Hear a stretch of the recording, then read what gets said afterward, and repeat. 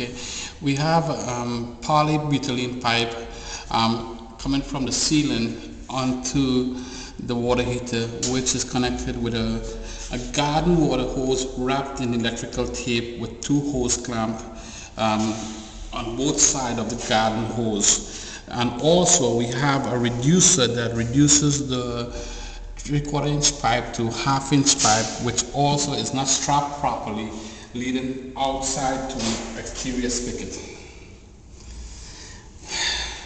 That is horrible.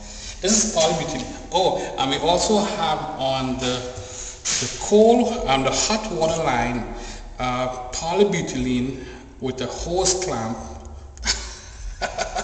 around it.